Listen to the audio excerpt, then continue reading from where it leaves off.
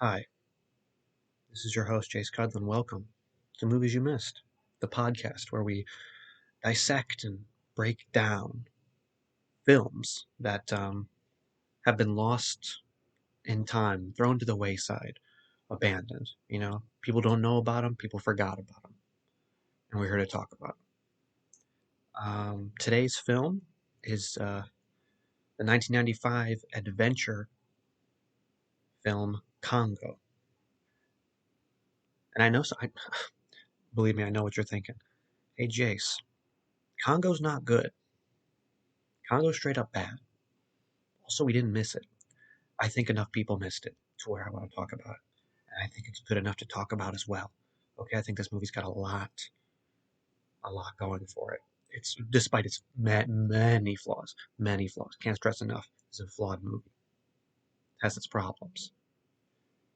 I rewatched it. I've seen this movie like 3 or 4 times. I've seen this movie a decent amount, and I was still like, man, this might be a little worse than I remember. But there's still a lot to love, you know. So let's get into it. Let's start open. I know some of you are probably thinking, "Hey, Jace, you said Congo or Awakening with Charlton Heston. We were definitely hoping for the latter on that one." And I said, "Gotcha, you know, but don't worry, we'll get to the Awakening. Don't you worry. Don't fret. It's coming. Okay. Also, on the horizon, the Mike Nichols film Wolf, Jack Nicholson, Michelle Pfeiffer. That's coming up. I'm doing that one too. You know, many films coming up. Don't you worry.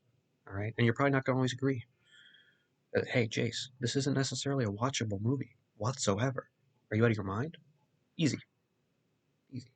You know, I'll take your suggestions. So, you know, just give them to me.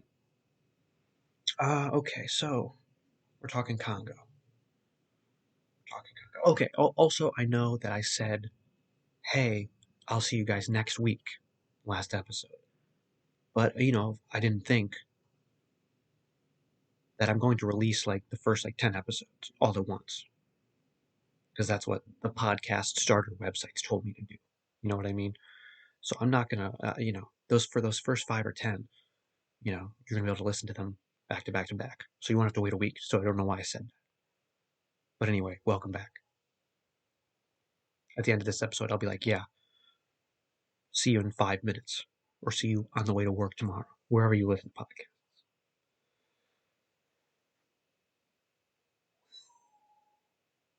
All right, yeah, Congo,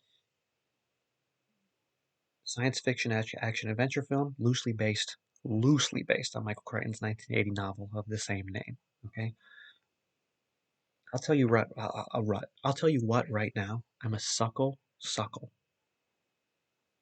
I'm losing my ability to speak. I'm a sucker for Michael Crichton novels and Michael Crichton adaptations. Listen, if there's a Michael Crichton adaptation out there, it's going on this podcast, okay? Because Michael Crichton is an absolute genius, okay? If you don't know who Michael Crichton is, he wrote Jurassic Park, okay? He created ER. He wrote Sphere, Timeline, The Lost World, Jurassic Park 2, of course. Micro, all a million different science fiction books, and also like Disclosure, um, Rising Sun. I mean, he wrote all kinds of books. He's phenomenal. He created ER. So that was so weird. Have you guys watched ER recently? Holds up, despite being like almost 20 years old now. Almost 30 years old now, actually. Um, it's holding up. It's holding up. Anyway, yeah, Michael Crichton. I swear by Michael Crichton. This podcast swears by Michael Crichton. Huge fan. R.I.P. But yeah, I've never read Congo, but I will eventually. You know how people are with books. You buy the book, sits on the shelf for 20 years, and then I decide to read it. That's just how life works. You know what I mean? But Congo is based on the 1980 novel by Michael Crichton. It was directed by Frank Marshall, which, as you know, Frank Marshall, more famous for being a film producer, um, often worked with his wife, Kathleen Kennedy, the current president of Lucasfilm, and Steven Spielberg. And he was one of the founders of Amblin Entertainment, like Steven Spielberg's production company. Um, he's the founder of the Kennedy Marshall Company that partners with Amblin. He's produced like a million different films.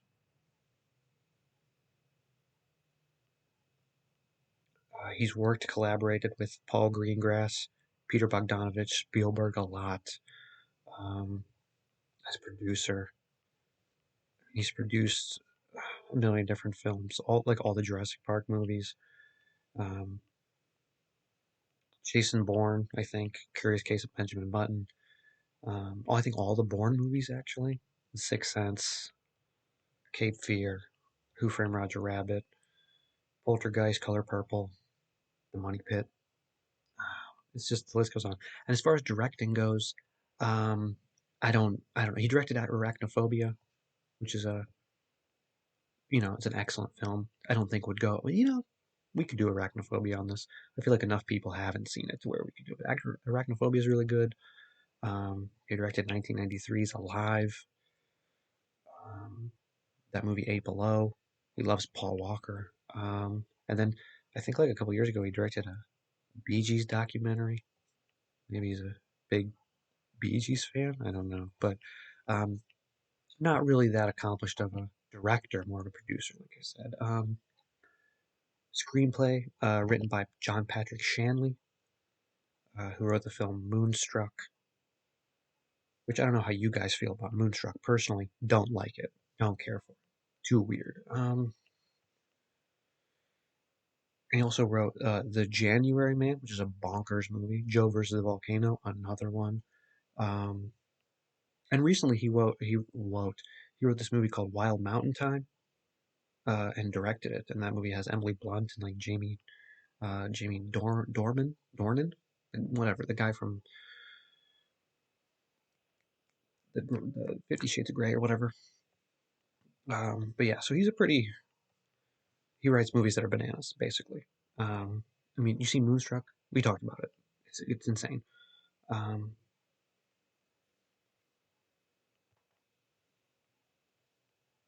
yeah, produced by Kathleen Kennedy and Sam Mercer. Um, Cinematography by the same guy who did E.T. and The Color Purple and Empire of the Sun. He works with, I think it's Alan Daviau. Not sure if I'm pronouncing that right or remember it correctly. He passed away like last year, I think. Really good cinematographer. Um, yeah, he did this, collaborated with Spielberg a lot. And then, of course, Jerry Goldsmith score. You know how I feel about Jerry Goldsmith. Really murdering it. But yeah, so it was released in beginning of June 1995. Runtime is 1 hour 48 minutes. It's a little long. It's a little long, for my opinion. Too long, some may say. Longer than I remember, that's for sure. Um, but yeah, I mean, the cast of this movie again, gorgeous, great cast. Um, Laura Linney, Laura Linney, gosh, who you know from The Truman Show and that show Ozark, if you watch that, and then she was in The Squid and the Whale. She's won Tony Awards and nominated for Academy Awards and Golden Globes. She was in Mystic River, Love Actually. She's terrific. Gorgeous, absolutely gorgeous woman. Love dimples. Um, she's in it. She's the star. Um, Dylan Walsh is in it. Who I had no idea who Dylan Walsh was before watching this movie. I watched it and I was just like, who is this guy? And I think he was in that show Nip Tuck,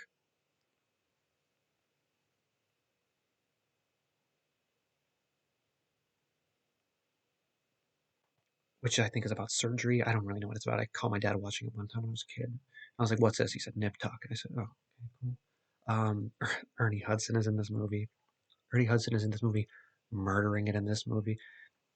If you thought, and we all did, that Ernie Hudson got shafted in Ghostbusters, he makes up for it in this movie. He's chewing up scenes like it's his job, and it is. But he's straight up killing it. I mean, he's amazing. He's magnanimous, if that's a word. I just can't keep my eyes off him. He's terrific. Like honestly, if you want to just watch this movie for Ernie Hudson's performance, it's terrific. He's amazing. Um, Joe Don Baker is in this movie. Joe Don Baker, famous bad, um, in a lot of westerns, I think, from what I remember. Tim Curry is in this movie. Oh man, Tim Curry. Me and my girlfriend were just talking about this the other day because she's a big Rocky Horror head, and like all of a sudden, I think she saw it like 3 months ago. Now she's like obsessed with it. But we talked about Tim Curry like the other day, like 2 days ago, and I was just like, how did he choose what movies he was in? Like truly, because we've been on a kick, you know. I mean, he played Darkness in Legend, great. I mean, he lended his voice to that, which was great. And he was, you know, obviously Pennywise in the miniseries It, which we will cover on this show. Don't worry. He was in Home Alone 2. Uh, like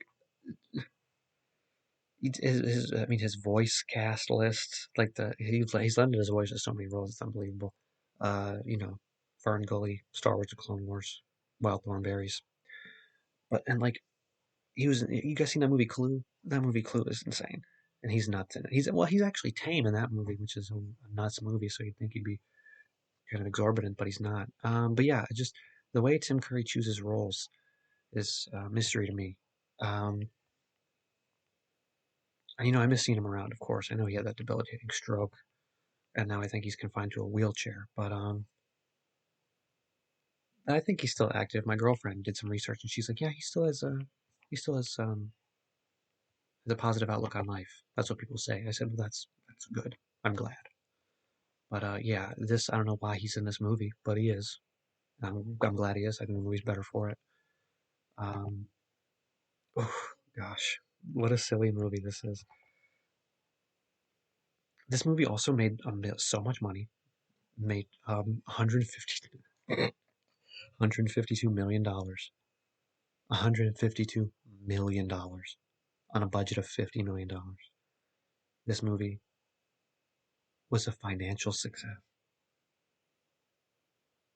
Congo, you know, like so rare do you see a movie that's like so despised, I think, and like made so much money. So many people saw it. So many people saw it and then saw it again just to be like, that movie's horrible. Um, I think it's just like I think if people got swept up in the Jurassic Park hysteria, you know what I mean, of like good special effects and like jungle adventure films, and they were like, oh, it's by the same guy who did Jurassic Park, great cast, it'll just be like Jurassic Park, and then it kind of mostly was not. Um, yeah, I mean, I love this movie. It's got impeccable, just cozy vibes. You know what I mean? I've seen this movie like 3 times. Saw it for the first time, of course, when I was a little kid. Um, Most likely on VHS. Saw it as recently as like 3 years ago on DVD. Rented it from my local library, and then this time I was forced to rent it again from the library because for some reason I misplaced my VHS copy that I bought a couple of years ago. Don't know what happened to that, but I have hundreds of VHS tapes, so it doesn't surprise me that one gets lost every once in a while. But yeah, so that was my first viewing experience in the movie Congo. As for why this movie is a movie that you missed, I think because of the overwhelmingly negative reviews, a movie like this kind of gets buried. You know what I mean? Even though it has, like I said, like a lot of, I think, I don't know, I think it's not charm necessarily or camp. I don't know what it is, but it's got stuff that I'm just like, it just makes me feel warm, you know? And it's a good movie, despite all of its flaws. I like it. It's fun and it's schlocky and like there's some great performances, I think. And even if you and like the gorilla stuff is really cool. Like the models and stuff they use for the gorillas is neat. And it's like it could have been a very interesting. Like I bet the book's phenomenal. And I think the story itself is very inventive and creative. So I think there's a lot to enjoy about this film. You know what I mean? I don't know if we just want to get into it. Oh, it's rated PG-13. Not sure if I want to go over ratings all the time. Anyway, but yeah, it's rated PG-13. I think for probably violence, I guess, and swearing. Oh yeah. Oh, also I forgot to mention, Bruce Campbell is in this movie. Has a very small role in this movie. Um, there's a lot of weirdly small roles played by really good actors. A couple uncredited roles that are like really make it. Um, and it's just yeah, it's I think like if you have the right people attached to a project, you can kind of get anybody, and you get like a lot of surprising people. And I don't know, I'm always a big fan of that kind of stuff. Like people showing up where you don't think they will. Big fan. All right, so I guess we can just get into it beat by beat here, step by step, frame by frame. So the movie begins with shots of the African landscape. You know, because the movie takes place in Congo, which is like I believe a territory in Africa.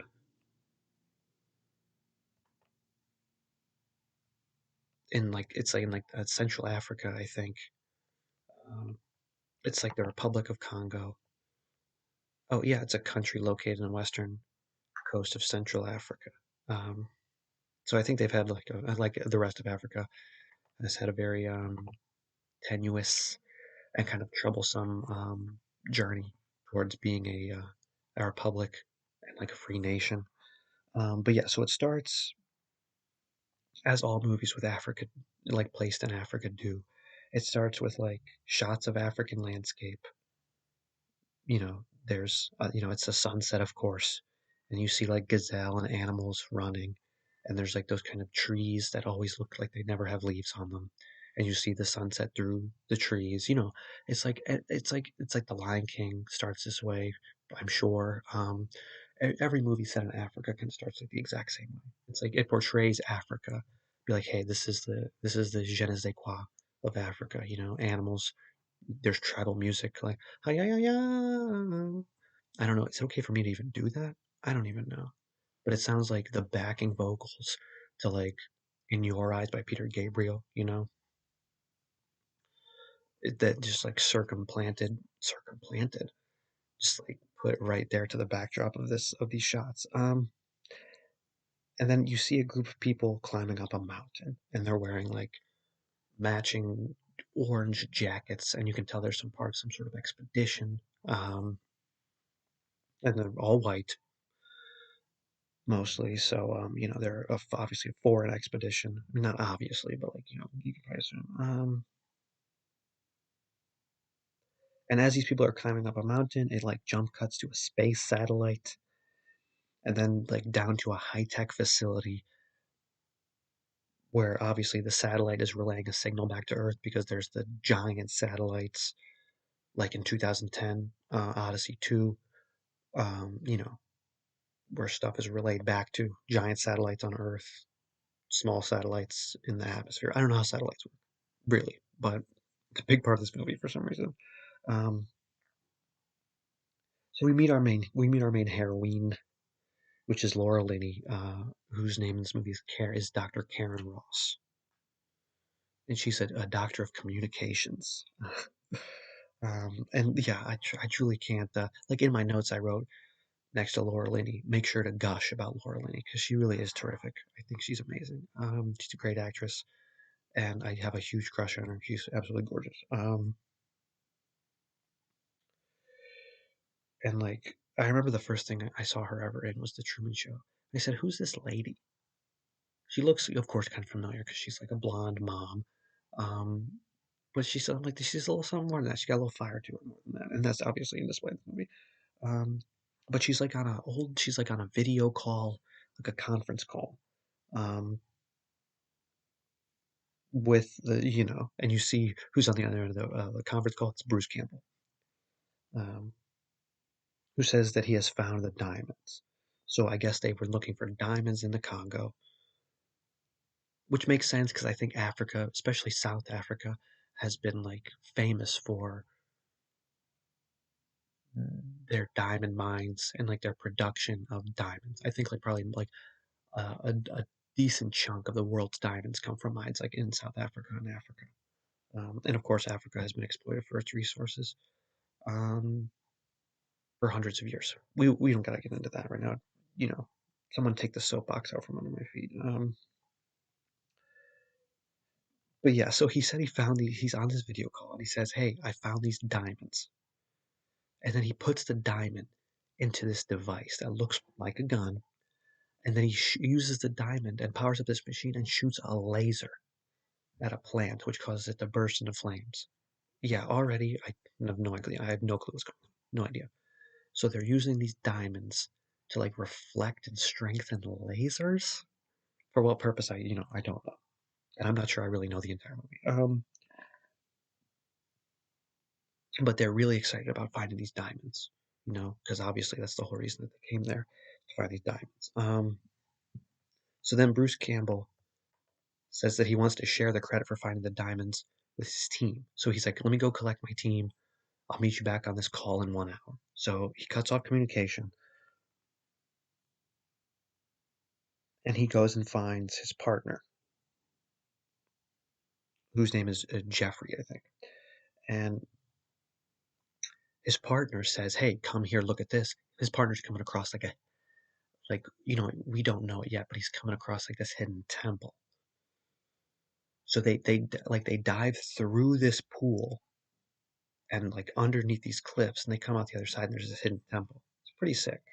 Looks really cool, honestly. I'm pretty sure this was filmed like on location, mostly like in Africa, or maybe not. Maybe it was in the Dominican Republic, something like that. Here, I can try to find out.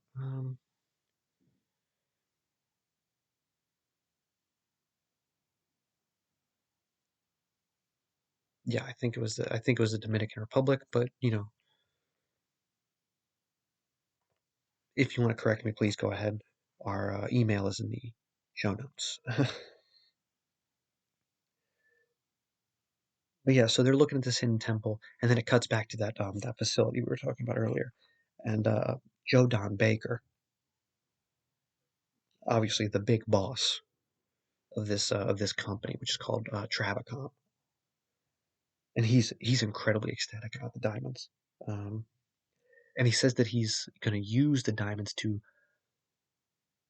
dominate the communications industry,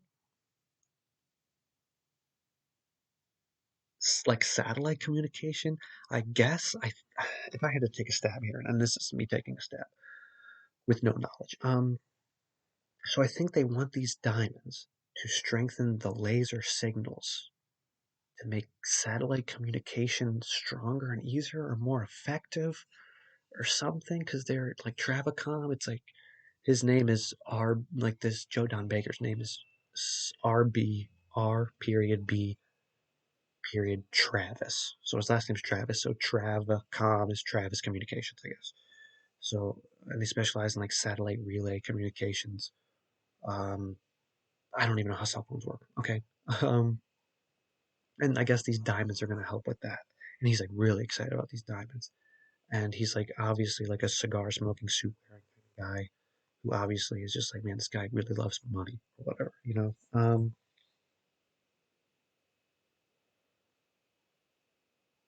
So he and Laura Linney talk about, oh, they found the diamonds. He's like, man, I'm gonna crush, like I'm gonna dominate the communications industry with this, which is like that's the industry you're going after, not like oil or something. Communications, I don't know. I guess if you control communication, you kind of control the world. But I mean, that can be said about any number of industries. Um, but yeah, so back at the temple, Jeffrey is like, "Hey, I'm gonna meet you for this video call. I'm gonna go back into the temple, get my backpack." So Bruce Campbell's sitting there, sitting on the steps. He takes out a Hershey bar and he starts eating it, which is hilarious and adorable. I love Bruce Campbell. He's amazing. Um, I was just like, man, I've never seen anyone in my entire life just take out a Hershey bar and start eating it. Never in my life. I've only ever seen Hershey bars used for like baking and like s'mores and stuff. Um, but he really does that. And apparently, like this Jeffrey guy, it's kind of taking a long time. So Bruce Campbell's like yelling. He's like, "Hey Jeffrey, come on, we gotta go. What's taking so long?"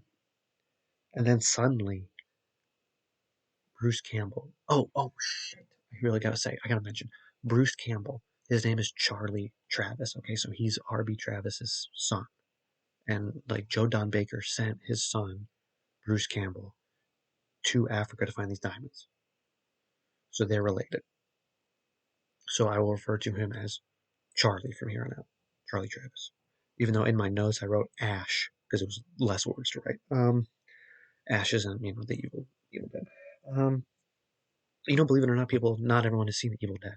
My girlfriend has not seen the Evil Dead and refuses to watch it because she doesn't like gore, which I guess I understand. Not everyone does.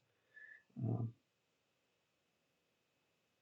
but yeah, so Charlie is like sitting on the steps eating this Hershey chocolate bar, and he's suddenly hit in the back with something. And he said, "Oh, you throwing stuff at me now, Jeffrey?"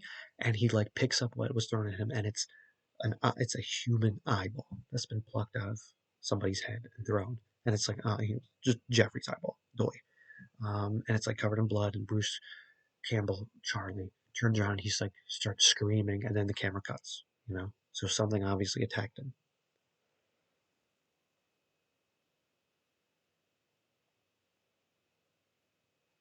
So then, it goes back to Laura Linney and Joe Don Baker, and they're waiting, and they're like, "Oh man, where's Charlie? He was supposed to be on the video call 10 minutes ago. That's so weird. He was like right there. He just had to go get his guy. So what's going on?" Um, so then they do this thing, which I didn't know this technology existed in 1995. Um, they do this thing where they hack the camera that Charlie was going to be using for the video call, right? And somehow turn it on, or able to like look at and pan the camera around his camp and look at his camp, which I was just like, this time especially, I was just like, did they even have this technology back then? That's insane. Um, but yeah, so they do that, and then they see that the camp is just has been ransacked and destroyed. Like the parts are on fire. The tents have been like smashed. Everything's been smashed, and there's like a bunch of dead bodies. There's like seven of like Charlie's team members, like beaten bloody, and like their corpses are like littering this campsite. So something came in and killed all these people. And then something knocks over the camera, and like it like drops, and it's like looking right at a corpse, and like with the head smashed in, the eyeballs like bulging out. I said bugging and bulging at the same time, I think. And then something charges the camera, and it's the same thing, and it looks like some gray ape-like thing charges the camera, destroys the camera, cuts off communication. Screen goes black. So like RB Travis is just like, well, what the heck's going on down there? We need to figure out what's going on with these diamonds. And then Laura Linney's like, hey, what about your son? Don't you care about your son? Your son could be dead. Where's your son? He might have been killed by those gorillas or whatever they are. And he's like, yeah. But the diamonds also. What happened to the diamonds? Also, I think Laura Linney used to date Bruce Campbell in this movie. I think they used to be lovers, and they have like a little bit of rapport over the video call that you see. Um, so she's obviously afraid for his safety and stuff too, much more so than his own father.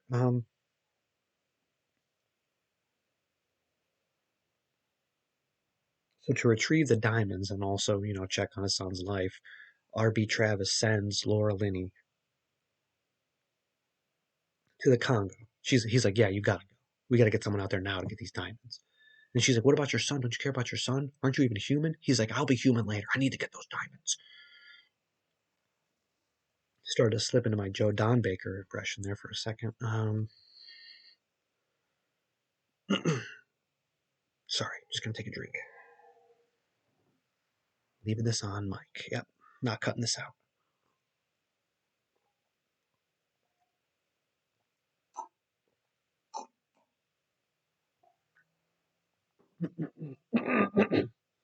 Yeah, we don't edit this podcast.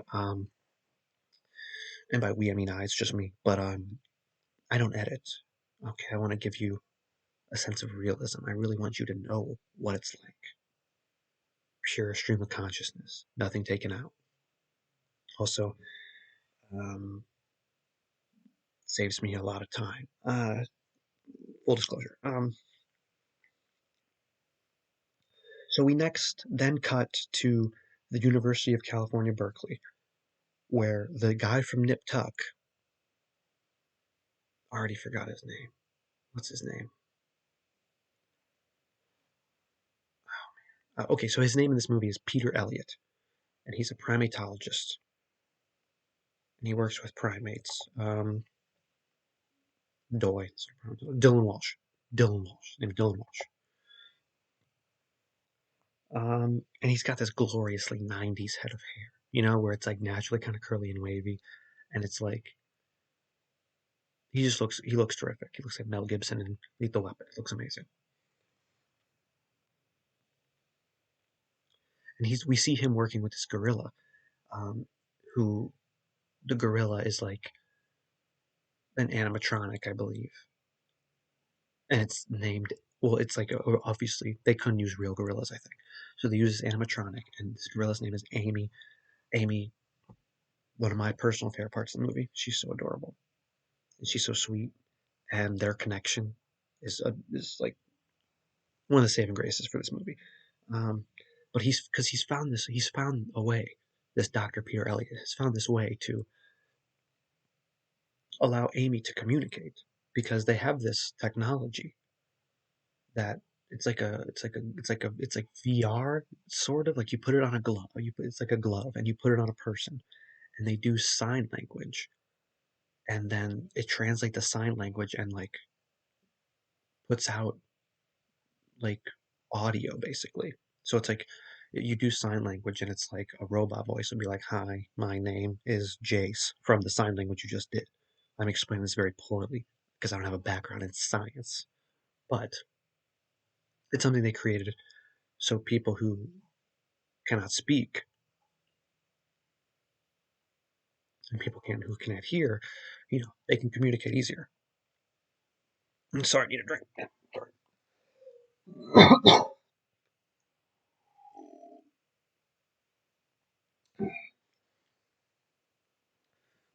But yeah, so then Peter Elliott it puts this technology on this gorilla, Amy, and he teaches her sign language, and he therefore teaches her to communicate. Because then, she can do sign language, and then the thing will like vocalize her sign language, and she can like effectively communicate with people. And it's shown, like, he's shown doing this at a presentation, and the people at the presentation are like wowed, and they're amazed. Excuse me. Orped. And then you see that Tim Curry is in the audience, looking, of course, wowed, but also a little mischievous, as Tim Curry does. And he's holding like a mysterious ring with an eye, with a golden like eye outline on it. It's some weird stuff. It's something that you put in a movie, and it's just like, oh, well, that's alluding to something, all right. Not a lot of answers in that scene. Um, and then it cuts to like after the presentation, Peter and Amy and Peter's assistant, I think his name is Richard, are in Amy's cabin or like her little room, whatever you want to call it. And there's these drawings all over the wall because they've also taught Amy to paint and draw. And there's like all these paintings and drawings of like grass and like that same eye that Tim Curry had on his ring. So like, and they're all over the room. So Peter Elliott is like, oh, this room is starting to look like Africa, where Amy was born. She must want to go back there. And he sees these paintings and vows to take Amy home. And he's like, hey, Dean of Berkeley, I need grant money so I can take Amy home. And he's like, yeah, you just discovered this technology. The last thing you're going to get money for is to take her home and kind of ruin the whole thing. And then enter Tim Curry, who said, "Listen, Peter Elliott, I'll finance you going home, or you taking Amy home to Africa." Tim Curry's name in this movie is Herkimer Homolka. Herkermer. Herkimer Homolka. And he's a Romanian philanthropist, apparently, who, now that he's free from communism, is just out in the world trying to do some good. And Tim Curry's accent in this movie, why they made him Romanian at all, I couldn't really figure out. Again, maybe it's like a point in the book, but I don't know why they couldn't just make him of an American philanthropist with like a regular name. Because I don't know, his accent is not great. Um, it's it doesn't sound. I've never heard of a Romanian accent. Well, actually, yes, I have. I have heard a Romanian accent. Doesn't really sound like that because I used to work with some Romanian guys at one of my previous jobs, and they sounded a lot different than Tim Curry. So I don't know. Um, and you know what's even funnier though? Like the next scene is like they're trying to get they're trying to get on the plane. Peter Elliott and Amy and Richard and Tim Curry's character, and there's some problem because it's like it's looking like Tim Curry can't afford to put gas in the plane and he can't afford the plane, so they're starting to take all their stuff back off the plane, and then enter Karen Ross, who was told earlier by um, Joe Don Baker, we're gonna get you away into the Congo. We're gonna hitch a ride with somebody. Don't worry. There's gonna be a legit operation already going, so we're just gonna latch onto it. Conveniently, that would be this. That would be our other set of characters, and here's where they meet up. So Karen Ross says, "Oh, having a little financial trouble. How about I instead finance this operation, finance this flight, and you let me come with you?" And Peter Elliott is really, really adverse to this, and I couldn't even really figure out why he didn't want to. Maybe he didn't. I don't know. He was really like, yeah, I don't like this. I don't think so. She's not a scientist. She wants to come for her own weird means or whatever. And he's like really against it, but they have no other choice, so they agree. So they now have their way paid into the Congo by Travicom, even though they don't know it yet.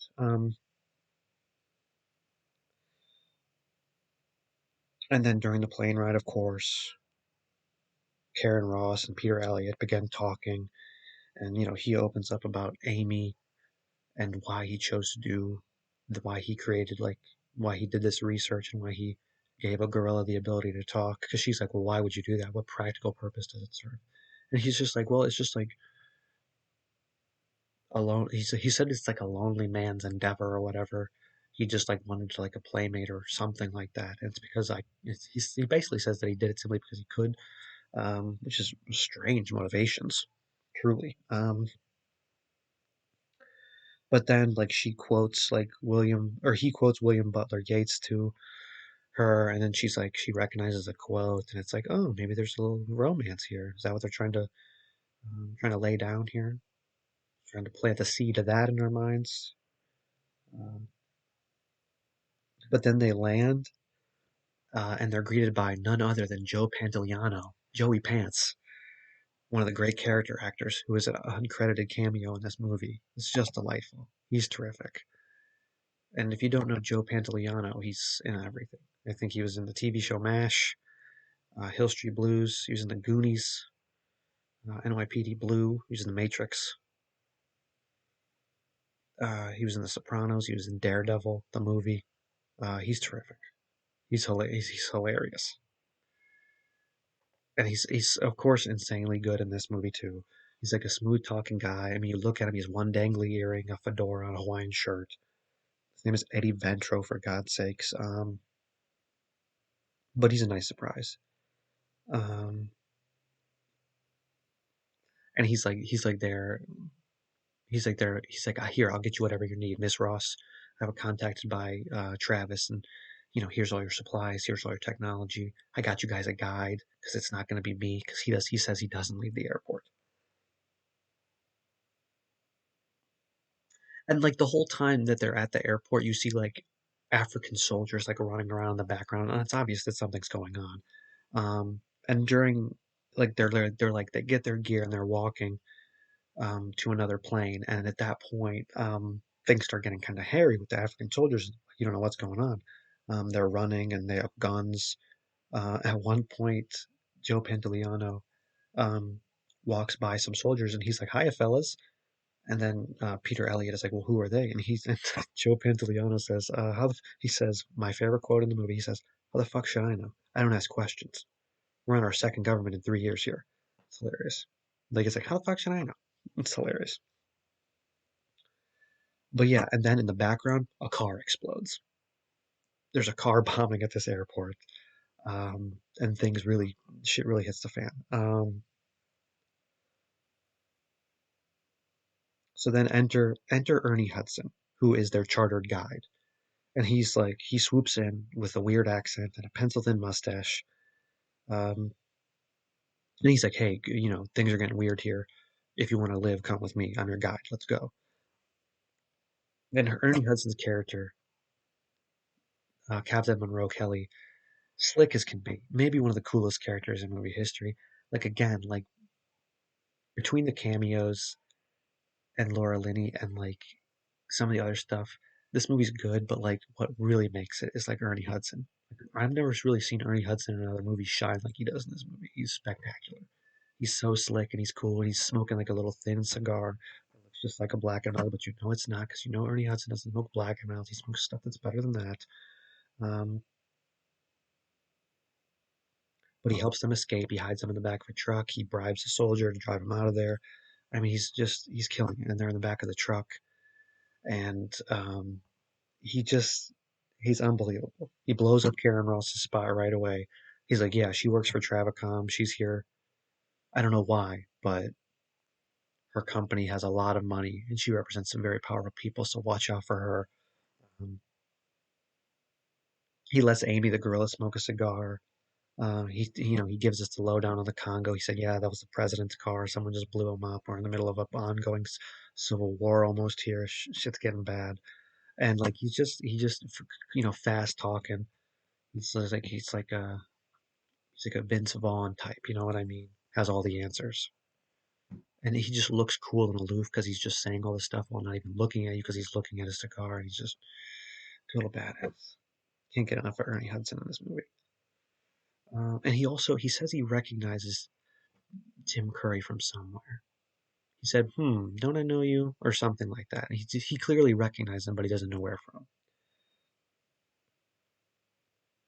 And then at this point, they make a stop, and then they're stopped by African shoulders, an African pair of shoulders. But no, they're stopped by African soldiers who look inside the back of the vehicle, and they're like, hey, there's a bunch of white people in the back of this vehicle. Let's arrest these people. So then they take them inside, and there's like an African soldier like leader, and it's his name is Captain Wanta, and he's played by guess who? Delroy Lindo, another uncredited cameo in this movie that is just delightful. We love Delroy Lindo. You seen Crooklyn? You seen The Core? Hopefully not, because The Core's bad, but Delroy Lindo's in it, and he's good. Um, but yeah, and he says like Delroy Lindo is basically like, oh, what are you doing in this country? Things are getting really bad here right now. You should probably kind of head out. Man, I have 5 pages of notes on this movie. It's unbelievable. But he's like, yeah, so if you want passage into the Congo, and if you want your stuff back, and if you want, because he's only talking to Ernie Hudson and Laura Linney, and everyone else is tied up in the back. He's like, if you want these people back, you're gonna need to grease my palms a little bit. Laura Linney, I know who you represent. I know you used to be in the CIA. She used to be in the CIA, I guess. Um, you're gonna need to fork over some cash. which literally Karen Ross just pulls out like 5 stacks of cash, like literally each an inch thick, so much money, and just gives it to him. And Del Orlando's like, okay, and that problem easily solved within seconds. No problem at all, because that's how much money this Travacom company has. Like they're so desperate for like a new way to dominate communications, but they're just throwing money away. Like she handed him like $100,000 or something insane. So much money. Um, and Delroy Lindo is like really antagonistic to Tim Curry's character. And he's like, hey, don't eat my pound cake, don't drink my coffee. Um, he calls Tim Curry a rat that that Laura Linney and Ernie Hudson should shake from around their neck, which I don't know if that's an expression, but I like it. And he says that Tim Curry owes a lot of money to a lot of powerful people, which is, pretty, alluding to something like what's Tim Curry's background.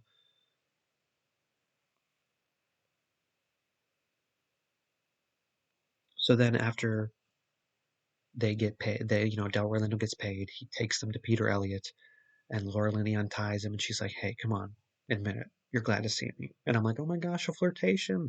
We love a romantic element to a movie." Um, but yeah, so now they're free and clear to go into the Congo, and they meet up with none other than Mr. Echo from Lost, um, played by I will butcher his name. I'm gonna try it, but he's like a really famous um, English actor who was in The Mummy Returns. He was in Born Identity. He was in Thor 2, Suicide Squad as Killer Croc. He was in Game of Thrones. Um, oh gosh, what's his name? Adewale something. Oh shit! But he's a really good actor. He's cool. He's like an African native, and he's like, hey, Monroe Kelly, what's up?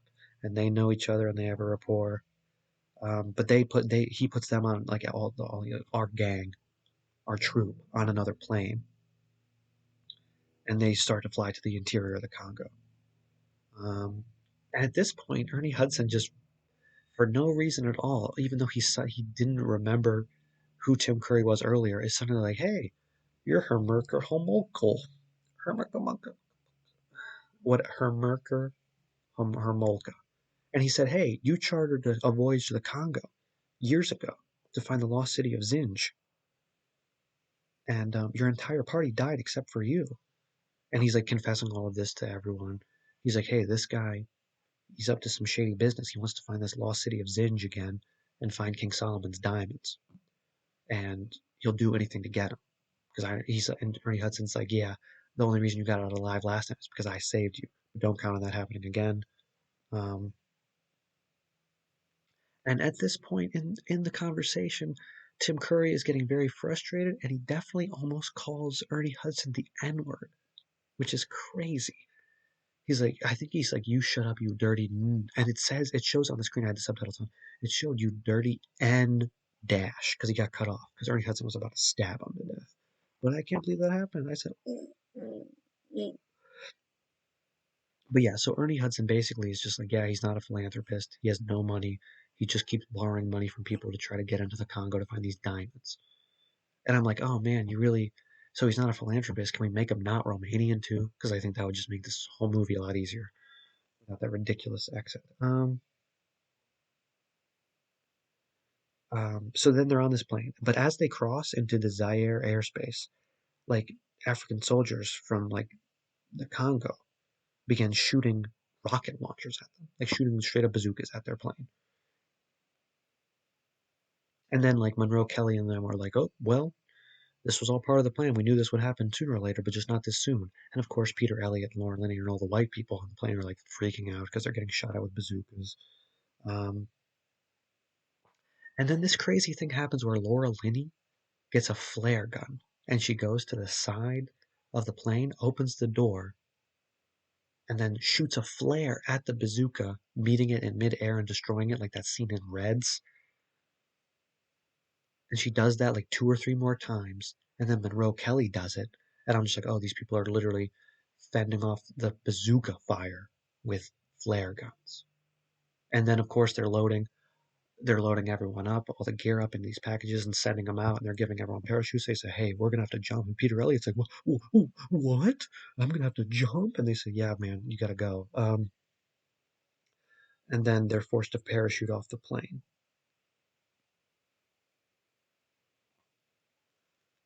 And then it cuts to a scene where they've obviously landed, and Amy is like petting a little chameleon that she finds on the ground, and she's really happy to be back in Africa. It's really cute. It's a really cute scene.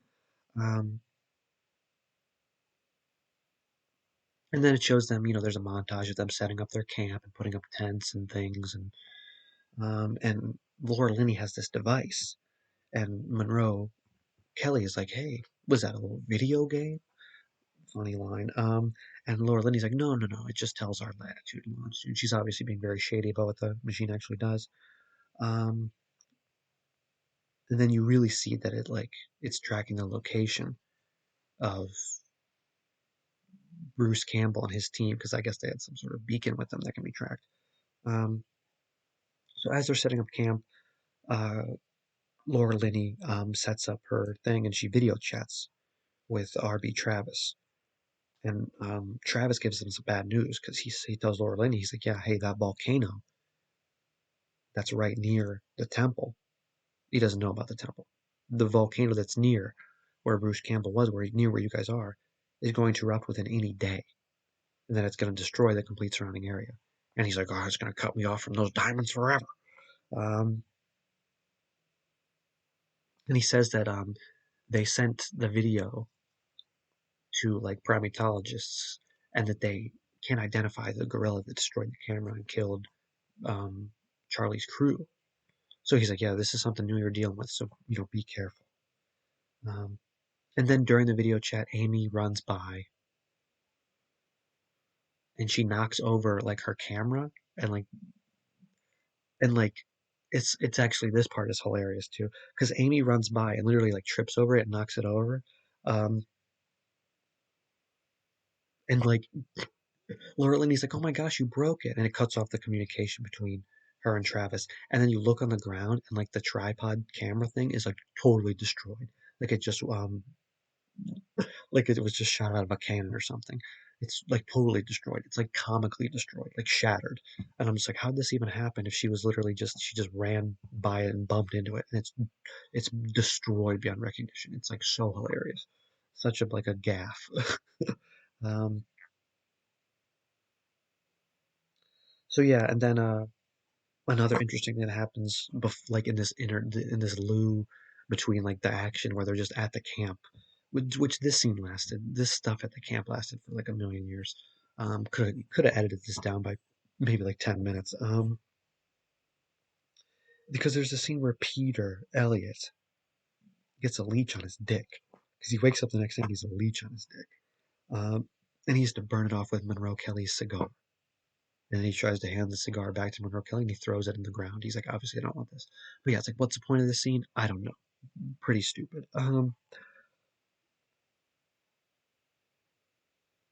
But yeah, then like right after this Dick Leach scene, um, they're like surrounded by this group of of African people with white makeup on, which Monroe Kelly says is like, "Oh man, they're the Ghost Tribe." And then the Ghost Tribe communicates with Monroe Kelly um, that there is a white man unconscious in the middle of the woods. So then this Ghost Tribe takes these white people to that white person because that makes sense. Um, and then it's a member of Charlie's team, played by John Hawkes, another great person in this movie. Um, who they managed to like start John Hawkes awake, and then he sees Amy, a gorilla, and he literally starts screaming his head off, and he like dies seemingly of fright, and he just passes away. And they're like, "Whoa, what the heck happened to this guy? What happened to Charlie's team?"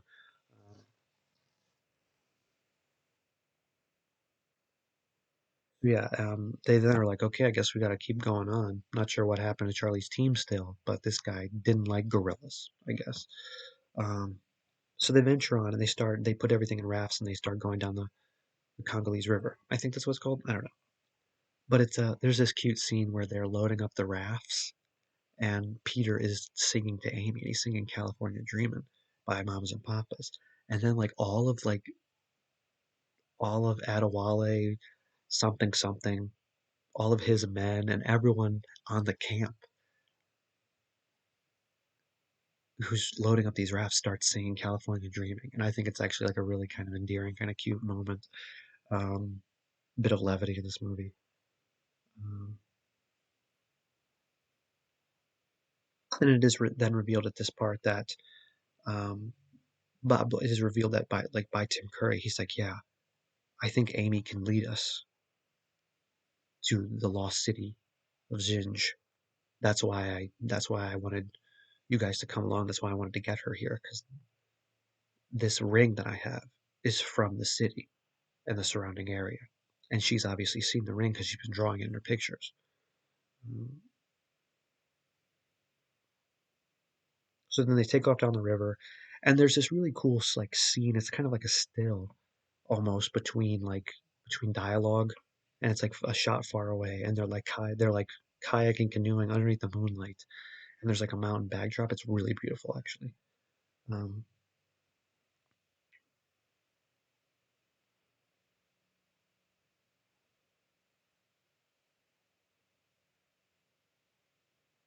but yeah, and then some stuff happens. They come across like a plane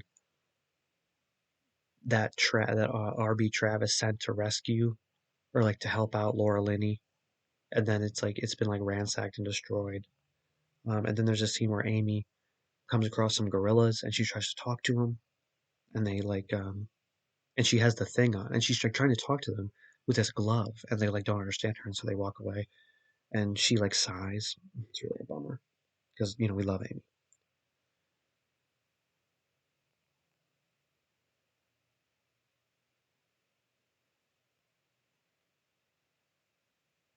So yeah, and then they finally stumble upon the city, and they're there exploring the inner workings of this, like the outside of the city, and setting up camp around the city. This scene is, I'll be honest with you, takes forever, so long. Like so long that I think I fell asleep, and then I woke up, and then I'm like, oh, I don't think anything important has actually happened whatsoever because they still haven't went into this cave. They still haven't went into the temple yet. Somehow, it's like unbelievable.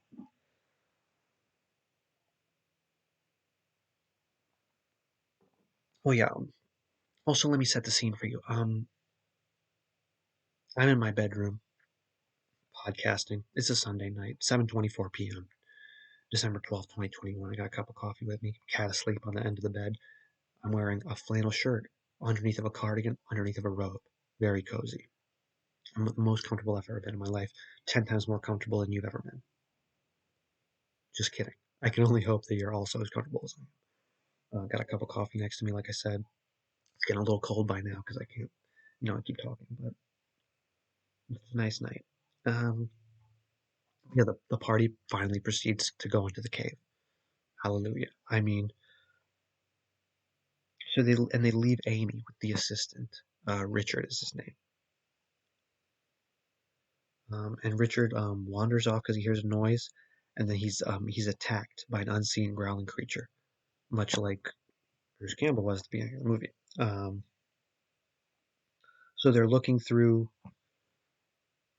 the cave and they're looking at the walls, and it looks like ancient Egyptian hieroglyphics. Doesn't look like any sort of African language I've ever even seen or heard of. And they're just meandering, I guess, through before Richard, like bloody all over, like runs into the cave, and he falls down and dies in Peter Elliott's arms.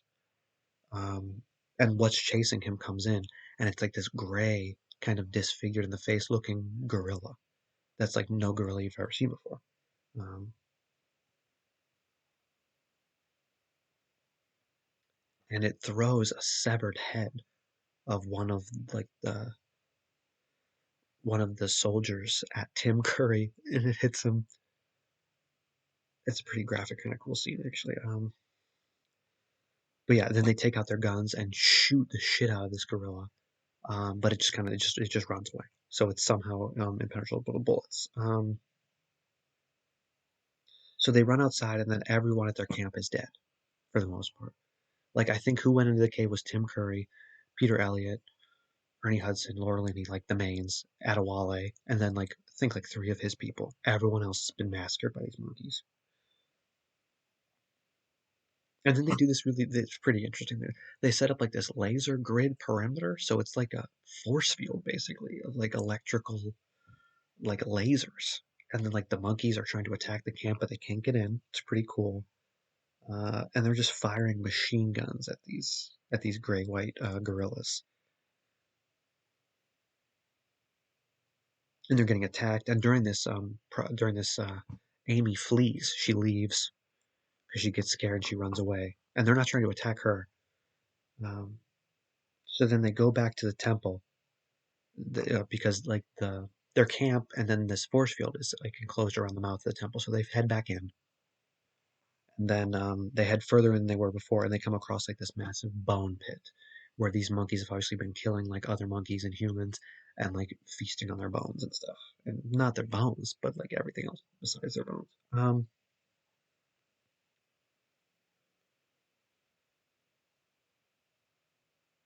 And then like there's like of course like this volcano, like Travis said earlier, is like about to erupt. So there's like a lot of seismic activity going on, a lot of rumbling, shaking, and the entrance that they came through is like closed off by rocks. So they're trapped in this bone pit, and they can only go further into the cave, can't go back out.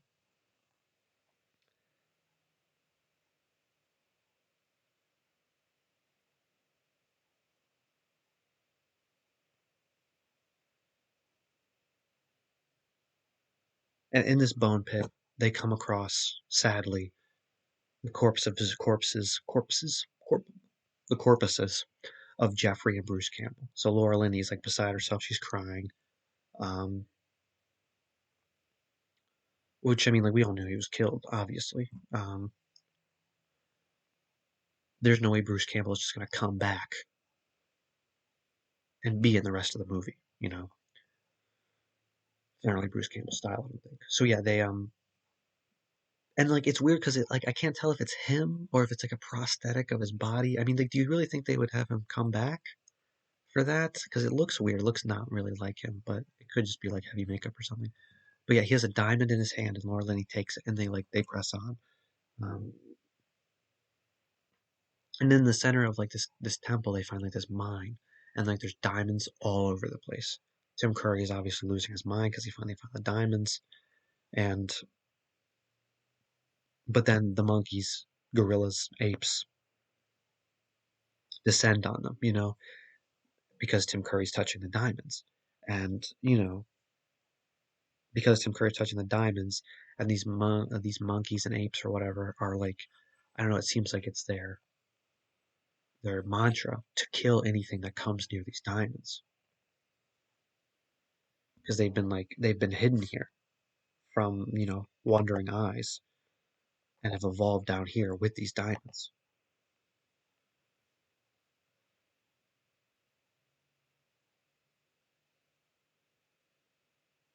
You know, and oh yeah, they surmise like from the hieroglyphics, which I don't know how they can read those because they're not African. Um,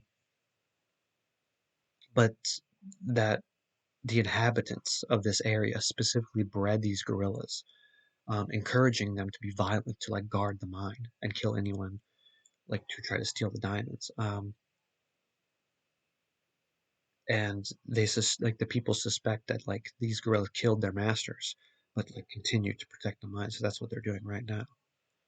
Um, but yeah, so like Tim Curry is like grabbing up all these diamonds, and as a result of that, the gray gorillas they come in and they just murder him. Tim Curry dies a pretty good death in this movie, honestly. He gets punched a lot and beat up and shoved down, and then I think like when he's lying down bleeding, like one of the monkeys does like one final from above the head punch down and just like breaks his skull and he dies. It doesn't show like his skull explode or anything, but like you can tell like yeah, that's the last we're gonna hear of Tim Curry.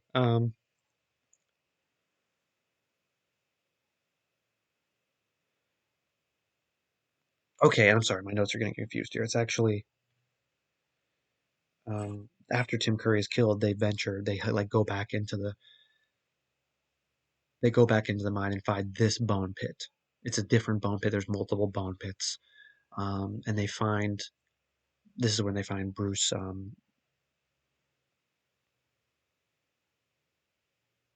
Campbell's body. And during their escape, Adewale and his two compatriots are like shooting all these monkeys. And I don't know about you, but like I even if the animal is evil, seeing animals get like shot and bleed, it's like it's not great. It's not pleasant. It makes me sad. You know what I mean? It's not the best. Like even though these monkeys are just murdered Tim Curry 2 seconds ago.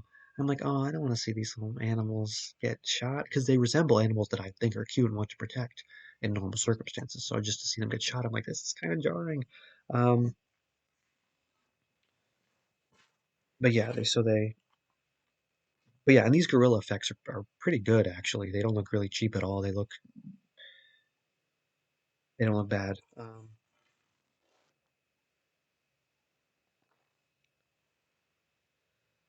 And then like Mr. Echo, Adewale, um, and his like two like while they're shooting, they're overwhelmed and killed, which is a bummer. Um, but yeah, so the gorillas descend and are about to kill Elliot, kill Peter Elliot, but Amy intervenes. You know, I don't know how she got in there really, but she like hops down and she's like growling at the gorillas and they're like confused. And she still has her glove on. She's like, bad gorillas, back, back.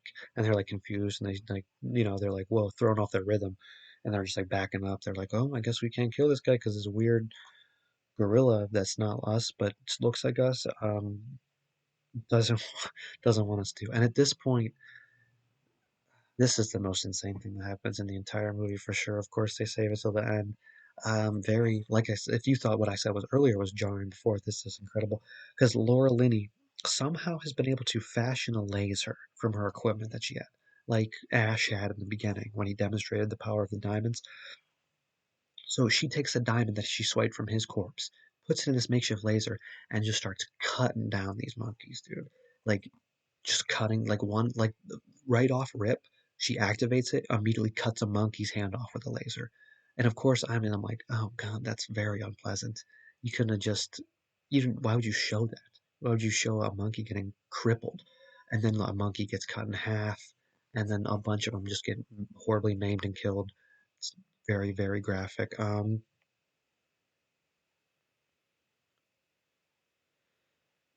Yeah, it's not great.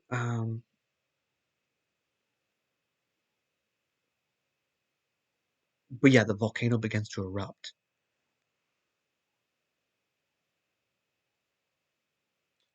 and they're like, oh, we gotta get here. Also, there's some funny lines while Karen Ross is like murdering these monkeys. She says, but like as she activates, she said, "All right, put these guys on the endangered species list," which is like not funny, but it's kind of funny. Um, and then Peter Elliott is like, well, "What the heck is that thing you're using?" And she's like, "The latest communications technology," which again adds to like the confusion of this movie and like what they needed these diamonds for exactly.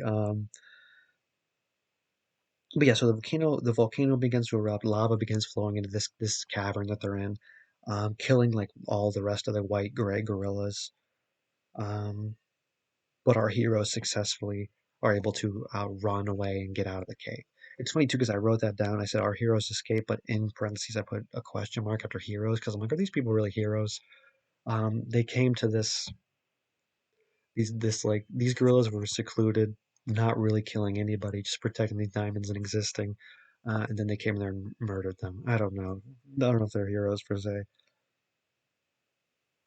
And then as after they escape, Laura Linney gets on a video call with RB Travis. And she had said earlier in the movie, she said, "Hey, like, listen, you're really starting to piss me off by obviously not caring about your son. So you better cut that out." And he said, "Okay, okay, I love my son. Fine, just give me those diamonds." But she reports that Bruce Campbell, like Charlie, his son, has been killed. And he's like, "Well, what about the diamonds? Did you get the diamonds?" Because he's like a dick, he's like such an asshole. He's like an overt asshole. And we're like, I'm like, do people like this even exist? Um, But yeah, so Karen, so Karen Ross, as a result, she's like, "All right, man, I told you not to do this kind of stuff anymore. If I found out that I came here for the diamonds and not for Charlie, you're gonna be sorry." So she turns on her heel, uses her laser thing that she made earlier, and blows up the Travacom satellite in space. Let me let me stop you. Let me rewind that, because if you're not doing backflips right now, I don't know what you're doing. She from Earth, from land, her 2 feet were planted in Africa. She shot a laser into space and blew up a satellite. Like she like locked on, I guess, but like it was bananas. Also like if you can just destroy a satellite by shooting a laser at it, how are you going to make money from shooting lasers from like having strong lasers anyway? How does that work?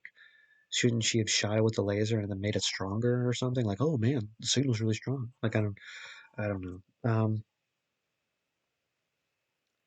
But yeah, so that's like good. And she's like Joe Don Baker, who's like the villain of this movie, was just like he gets his. Um, who knows what Karen Ross is gonna do about a job now. So then there's an actually really kind of heartfelt moment next where Amy, like Peter Elliott, they get out of the cave and he's like looking for Amy and he finds Amy and she's with a group of gorillas, like the group of gorillas from before, and they have like a really kind of heartfelt like parting where he's like, "Oh, I understand. You want to stay here with them." And then she is like, "Yeah, I do." And then they like have a tearful goodbye and she like walks away with these other gorillas. This like there's a silverback, and then they look on as she walks away, and Peter Elliott is like, well, she's home, I guess. And he seems obviously very broken up because I mean, that's like his best friend. He's a very lonely man, um, and he gave her the ability to communicate so he could communicate with her. But now she's like where she's best belongs, and maybe Peter Elliott and Laura Linney will get together now. And she like gives him flowers, which is something which is like which ties back to during the presentation at the beginning of the movie when she did that. And that was really sweet. So then I guess like from that second down plane, which I think was only really served to give her this hot air balloon, Laura Linney suddenly has a hot air balloon.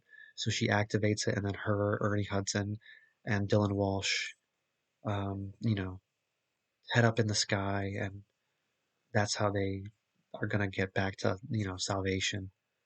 And they're like, "Oh man, I hope there's a strong wind coming. Well, I hope it blows us somewhere nice." And then the movie ends. So yeah, overall, I think pretty good movie. A lot of bonkers, crazy shit happened. That's very fun to watch unfold on screen. Some of the characters, like I don't know, Peter Elliott is one of the driest characters. Very boring. I don't know what the book's like, but they definitely could have like spiced him up a little bit. I don't know anything about Dylan Walsh necessarily, but like I don't know if his acting in this was spectacular. But like Laura Linney's good. She's like liked and she's also vindictive. Could have been fleshed out a little more, I think. Ernie Hudson, of course, is terrific. Joan Don Baker is like a villain's villain. A lot of great cameos. Tim Curry, of course, is another problematic character. Because like after he isn't able to finance the operation. I couldn't figure out why he was still going. Couldn't figure out why he was even there anymore. Um, And then yeah, he finds the diamonds and then immediately dies, and has a Romanian accent the whole time for no reason. But yeah, so overall though, I think it's a really fun movie, and it might be a little long. There's some parts that are definitely boring, but like I definitely really liked it personally, and I think maybe you would too. I guess and if you don't, then that's fine. What are you gonna do?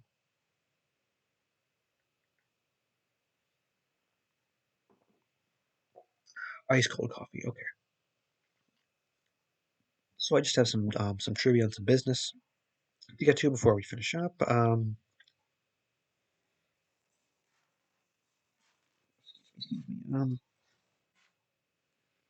As always, I go through like what could have been improved, what the best scenes were. Do we have any unanswered questions? Then I'll read some reviews and some trivia and stuff like I said. Personally, I think the best scene, I mean, all the Bruce Campbell stuff is really good. I think his finding his body is really good. All the stuff with Peter Elliott and Amy is good. All the stuff with Amy is good. Um, the part where Richard is chased into the cave and dies, and then Tim Curry gets hit in the chest with that severed head is cool. There's just and as far as good scenes go, there's a decent amount of them.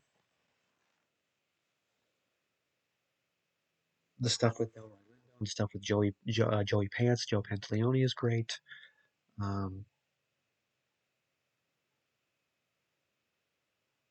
as far as what the worst scenes go, I think like the whole thing where Laura Linney starts cutting down those apes with that laser is very, very unpleasant. Um, yeah, didn't like that. I understand they had to show it, but just like I think apes are sympathetic animals, and they didn't make them look like like deformed enough to where in my mind couldn't trick me into thinking that they were apes. You know what I mean? Like maybe if they like were just creatures, it would have been different. But the fact that they were apes made me feel bad for them as they were dying. If as far as improvements go, I don't know what was changed between the book adaptation, this movie, the book and the movie adaptation. But I don't know. Some of the characters definitely could have been fleshed out more. I don't know if Tim Curry's character in the book was Romanian. That's why they did that. That's something they probably could have just cut, though. I don't know. Even the fact that he like his character being there is just interesting and doesn't make any sense at all. Um, but I understand it, like his motivation and the diamond stuff. Like I get it why he needed to be there in the end, but and I don't know. Maybe make Dylan Walsh have like I don't know defining characteristics because he was just like he was like, oh, I'm taken aback by everything because I'm just a simple scientist. I'm just like, yeah, I get it, dude. Couldn't you have one area? Could you one moment where you shined through or something? I don't know. Ernie Hudson, of course, is terrific. Though every line of dialogue Ernie Hudson has in this movie is amazing. Like, so they Ernie Hudson introduces himself. He's like, yeah, they call me the Great White Hunter, but I'm black. Never explain why they call him the Great White Hunter. Never in the movie. But it's just it doesn't even matter because it just sounds badass.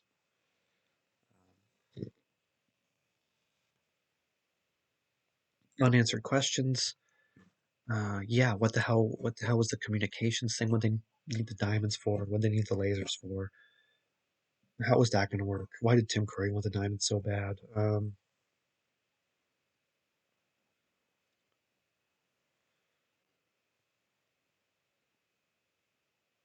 Was Ernie Hudson being compensated too for this um, expedition? I mean, he like risked his entire life multiple times for what seemed like just some money. I don't know. Seemed have the pride. I don't know, but yeah, definitely some head scratchers in this one. I don't know. I think Ernie Hudson wins this movie. I think this is like Ernie Hudson's like magnum opus or something. He's like terrific. I don't even know what else Ernie Hudson has been in. Um, but I don't even. It doesn't even. It doesn't even matter. I'll tell you that it does not matter because this is all he needs. This is terrific. Oh shite! I didn't realize that Ernie Hudson was in this movie as well as Leviathan. So we got an Ernie Hudson theme going on, running through the first couple episodes. So that's cool. So I guess now I'll read you some production trivia, some production little tidbits. Um, so I guess Michael Crichton decided to like write a screenplay for this movie in 1980 because and he wrote like this book and his character specifically for Sean Connery as the character of Charles Monroe who was supposed to be like Monroe Kelly and he was like supposed to be this archetypal great white hunter which would have made sense because Sean Connery was white. And the film was supposed to be like an homage to classic pulp adventure tales. And I guess Crichton actually like pitched the movie to 20th Century Fox in 1979, but like without a fleshed out story. Um, but then I guess Crichton learned he couldn't use real gorillas, and he left the project. And from there, it was offered to like Spielberg and Carpenter and a bunch of directors, but no one wanted it. Um, and then I guess eventually Frank Marshall directed the film with like no involvement from Crichton whatsoever. I guess Jimmy Buffett as a cameo as a pilot of the jet transport in the beginning, which is cool. Makes no sense, but is interesting nonetheless.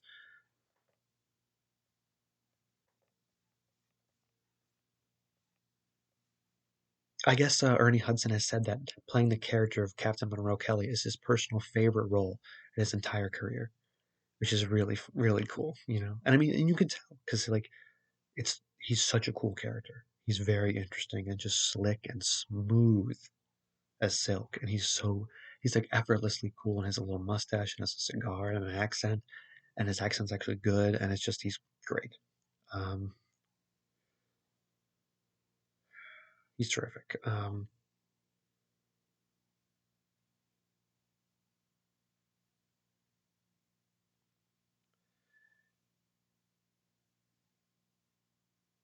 I guess another interesting thing is that Frank Marshall originally intended to use the computer work that that pioneered Jurassic Park, like the dinosaurs are all computer generated. Um, but I guess he was unsatisfied with the computer generated gorillas because the hair looked weird and strange and artificial, so he opted for models. So that's pretty cool. I guess Bruce Campbell actually auditioned for the role of Peter Elliot and didn't get it and was given the much smaller part of Charlie Travis, which is mind-boggling to me because personally, I think this would have been a much better movie if Bruce Campbell had portrayed Peter Elliot. I understand why you wouldn't give that to Bruce Campbell because he has like a crazy look in his eye and he's kind of zany. So he might not exactly be a good fit for a primatologist. But imagine how much fun that movie would have been. Because like a movie like this is only good for fun. You know what I mean? So you might as well throw something like that in there. No one's taking this movie seriously. Even me, a fan. It's not like I'm not like watching this by myself, in a room with my thoughts. You know what I mean? I'm showing this at like a group of feel like a group of friends because it's silly. Um, yeah. Okay. So another interesting thing I forgot to mention this at the end of the movie when they're in the hot air balloon, Laura Linney has the diamond that she used to murder all those gorillas that she stole from Bruce Campbell, and she throws it out of the balloon. So I guess they literally did throw the diamond out of the balloon, and they lost it. So they couldn't return to the diamond company that they got it from. Oh, also, the diamond company was called that provided the diamonds for this movie is based in New York. They're called Herkimer Diamond Mines. So that's why Tim Curry's character is named Herkimer Homolka. Because I guess that character is not even in the book. So I guess the volcano is an actual volcano called Vulcan Arenal, and it's in Costa Rica.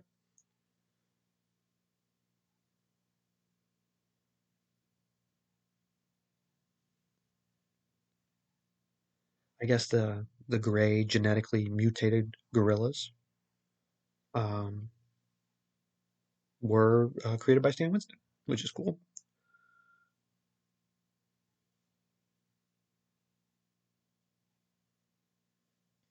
Oh, I forgot to mention that while they're on the river, they're attacked by a hippopotamus.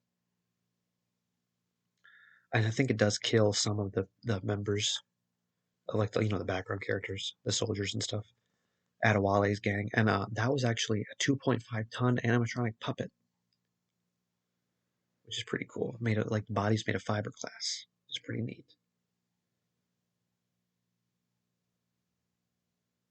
I guess Stan Winston effects, two in a row.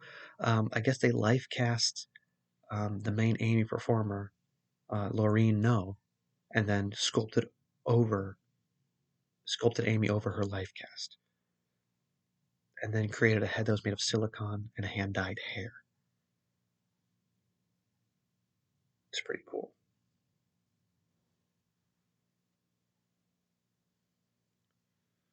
Uh, I guess I guess there's some phenomenon too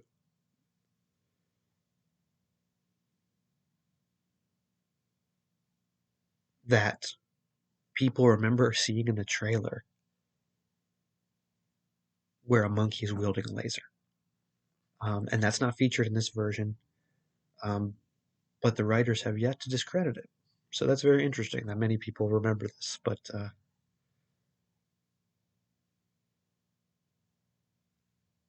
I guess some YouTubers have started an investigation.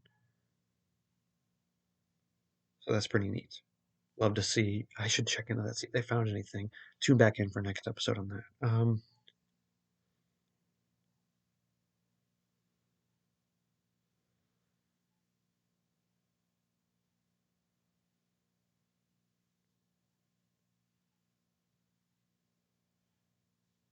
I guess Hugh Grant and Robin Wright were both were asked to be in this movie and declined, which I guess I understand.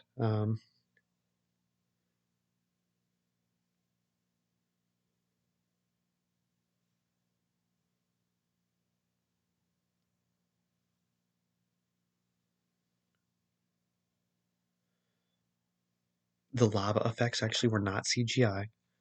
They were created in miniature using chemical mixtures. Pretty neat. Oh, okay. This is good. This is good.